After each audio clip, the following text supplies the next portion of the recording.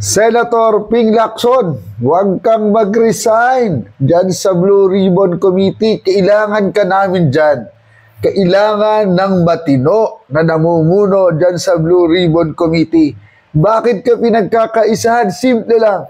Kasi nabulgar na halos lahat ng mga senador ay may insertion at si Bisa lang at Coco ang wala.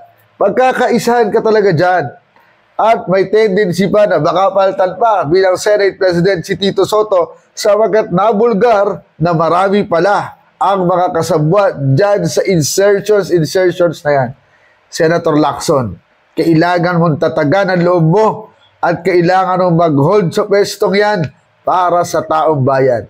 You are there not just at the service of your peers. Itong mga magnanakaw mo kasama ang senador.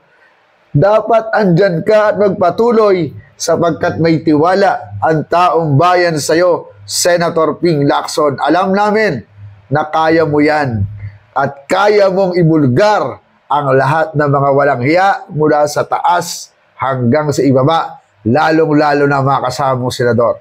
Laban lang, Senator Ping. Andito ang taong bayan, kasama mo at kaagapay. Padayon.